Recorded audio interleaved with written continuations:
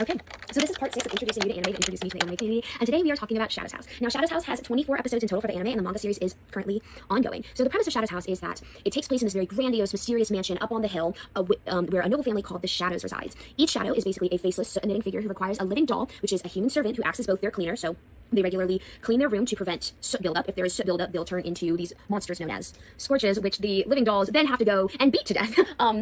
And the second purpose of the living dolls is that they serve as the shadow's face. So the shadows themselves are literally a silhouette. They have no face. And the living doll is trained to mimic their emotions exactly. And also when they're interacting with others. Now, there are times when a living doll has to put on an outfit and act as what's known as a portrait. So they are not allowed to speak. They're only there to serve as the face of their shadow. And they're just there to express their emotions. But basically, we follow the story of Emiliko, who is the cheerful and curious living doll assigned to her master, which is Kate. While most dolls are obedient and unquestioning, Emiliko is very warm and free-spirited, and Kate is unusually thoughtful compared to other shadows.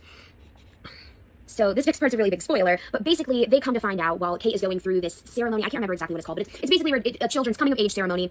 They learn along the way that the whole purpose of these living dolls is for the shadow to basically take over their body. And becoming an adult means going through this ceremony where the living doll and the shadow, and living dolls are human, they merge, and the shadow takes over them and basically kills them. And you'll see this when we get like snippets of the adults and they're like going between their shadow and their face, and it's just and we come to find out that these children are sourced from the villages surrounding Shadow's house, and their parents are sending them to the Shadow's house hoping for them to have a better life because it's so great to serve the shadows, not knowing that they're basically sending their kids to death. And I mean, they give them these little concoctions that basically drugs them. So yeah. Yep.